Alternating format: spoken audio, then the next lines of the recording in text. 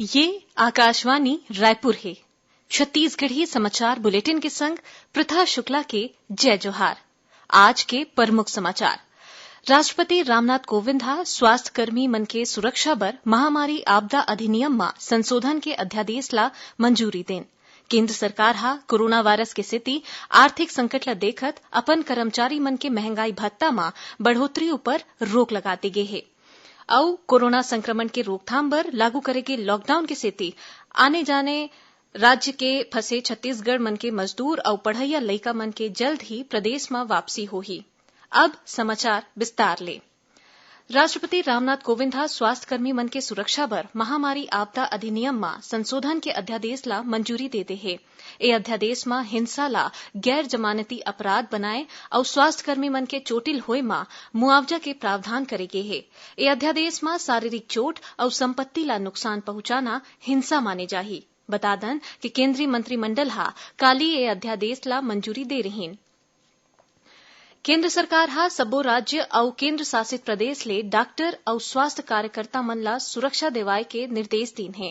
स्वास्थ्य कर्मी मन ला कुछ लोगन मन के हमला के सामना करे बर पड़त है। सब्बो राज्य और केंद्र शासित प्रदेश मन के मुख्य सचिव मन ला लिखे चिट्ठी में केंद्रीय गृह सचिव अजय भल्ला हा लोगन मन के दुर्व्यवहार के बारे में बताइन, जिहां डॉक्टर मन और ओखर मन के परिवार और रिश्तेदार मन ला ऐसन कोरोना योद्धा के अंतिम संस्कार करे ले रोके गिस जिकर मौत कोरोना वायरस ले होई के शंका रहीस।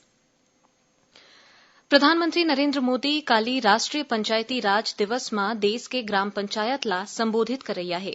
उमन तालाबंदी के सेतिर वीडियो कॉन्फ्रेंसिंग के माध्यम ले एमा हिस्सा लिही। श्री मोदी हा ए बेरा में एकीकृत ई ग्राम स्वराज पोर्टल और मोबाइल ऐप के संगे संग स्वामित्व स्कीम के घलो शुरुआत करही। प्रधानमंत्री नरेंद्र मोदी हा 27 अप्रैल के सबो राज्य के मुख्यमंत्री मन के संग वीडियो कॉन्फ्रेंस के माध्यम ले गोठबात करैया है। कोरोना वायरस के रोकथाम ला देखत प्रधानमंत्री के मुख्यमंत्री मन के संग ए तीसरा वीडियो कॉन्फ्रेंसिंग होही। एखर ले पहली ए वीडियो कॉन्फ्रेंसिंग लॉकडाउन बढ़ाए के पहली होई रहीस। केंद्रीय स्वास्थ्य मंत्रालय है एडवाइजरी जारी करके सुझाव दीन है कि कोरोना वायरस के सील होए इलाका के तीर तार के अस्पताल मन में अवैया जवैया जम्मो मरीज मन ला कोरोना के संदिग्ध मरीज माने जाना चाहिए और जब तक ओखर मन के कोरोना मुक्त होए के पुष्टि नहीं हो जही तब तक ठीक होए के देखरेख करे जाना चाहिए। स्वास्थ्य मंत्रालय के अधिकारी हा सील करे गे इलाका मन ले आए जाए वाले मरीज मन में कोरोना वायरस के लक्षण नहीं होही। एकर बाद घलो ओखर मन के टेस्ट कराए जाए के बाद कहीन है। जारी करे गए दिशा निर्देश के अनुसार कोरोना ले संक्रमित मनखे मन के संपर्क में आने मनखे मन ला 7 हफ्ता तक हाइड्रोक्सी क्लोरोक्विन दे जाना चाहिए।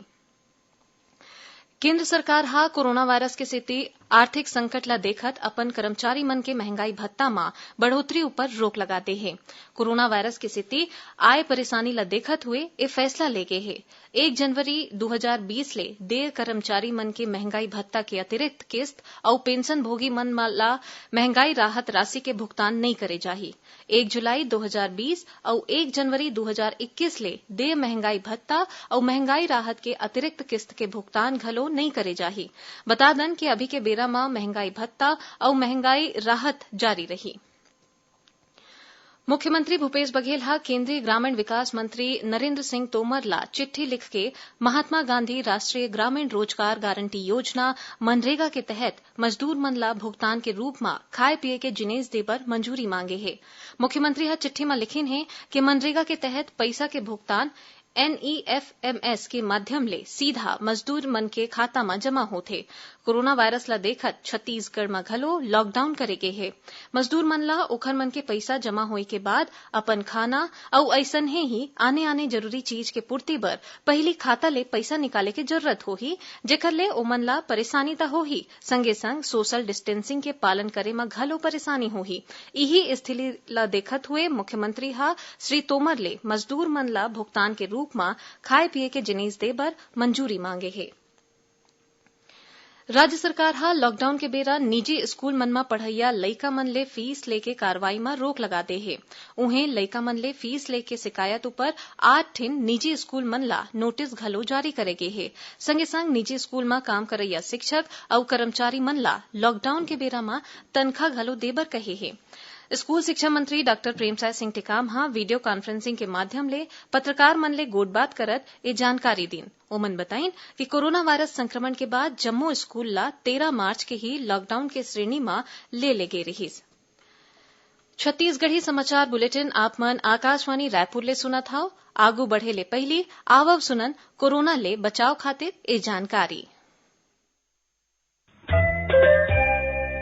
देशभर में नोवेल कोरोना वायरस के बढ़त संख्या ल देखत केंद्रीय स्वास्थ्य मंत्रालय ह सब्बो मन ल कुछ विशेष सलाह दे हे। मंत्रालय ह लोगन मन ल सामाजिक दूरिया बनाए रखे के संगे संग साफ सफाई राखे बर अउ भीड़ भाड़ ले बाँचे के उपाय करे बर कहे हे। केंद्र सरकार ह कहे हे कि जरूरी सामान के आपूर्ति करे जावत हे और लोगन मन ल चिंता करे के कोनो जरूरत नहीं है। मंत्रालय डहार ले यहू सलाह दे गे हे कि घरेलू सामान और डॉक्टरी सामान के खरीदी ओतकेच करे जाए जतका जरूरी हावय। जरूरी सामान ला खरीदे बर 1-2 घाव बाहिर जाना ठीक है। संगे संग लोगन मन ले हाथ मिलाए ले घलो बाँचना चाहिए। बाजार, दवाई दुकान और अस्पताल मन में लोगन कम से कम 1 मीटर की दूरिया बनाए रखें। लोगन मन ला अपन आँखी, कान, नाक और मुंह ल छुए ले बचना चाहिए और थोड़ी देर में 20 सेकंड तक साबुन ले हाथ ला धोवत रहना चाहिए। अतका उपाय करे ले कोरोना ले बचे जा सकत है।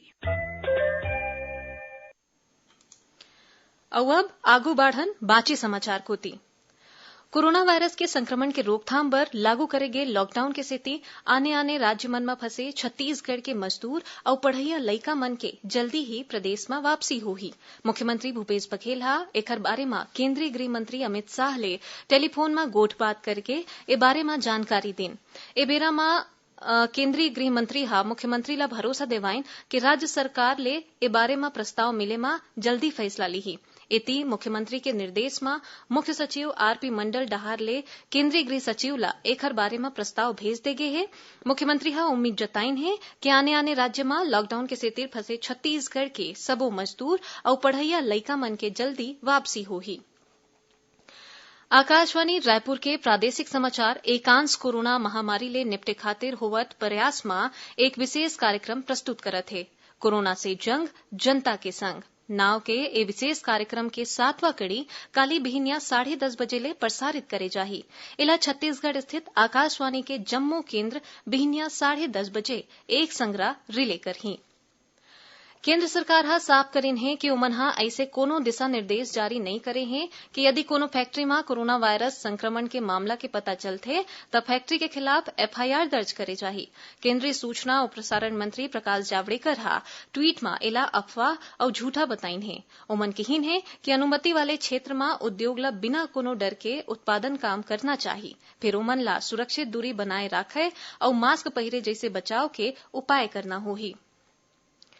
कोरोना वायरस संक्रमण के सेती छत्तीसगढ़ पुलिस में आरक्षक भर्ती प्रक्रिया के तहत होए वाले शारीरिक दक्षता परीक्षा ला अवैया आदेश तक रोक लगा दी गई है। पुलिस महानिदेशक डीएम अवस्थी अभी के बेरा ला देखत हुए ये निर्देश दीन है। जानवा के मुताबिक आरक्षक भर्ती प्रक्रिया के लिखित परीक्षा में सम्मिलित उम्मीदवार मन के शारीरिक दक्षता परीक्षा 1 मई ले करी जाए के निर्देश दे रही है। आखिर में प्रमुख समाचार एक घाव फिर। राष्ट्रपति रामनाथ कोविंद स्वास्थ्यकर्मी मन के सुरक्षा बर महामारी आपदा अधिनियम में संशोधन के अध्यादेश ला मंजूरी देन। केंद्र सरकार कोरोना वायरस के सेतिर आर्थिक संकट ला देखत अपन कर्मचारी मन के महंगाई भत्ता में बढ़ोतरी ऊपर रोक लगा दे है और कोरोना संक्रमण के रोकथाम बर लागू करे गे लॉकडाउन के सेती आने राज्य मन में फंसे छत्तीसगढ़ के मजदूर और पढ़इया लइका मन के जल्द ही प्रदेश में वापसी होही। एकरे संग छत्तीसगढ़ी समाचार बुलेटिन इहे से रावत है। जय जोहार।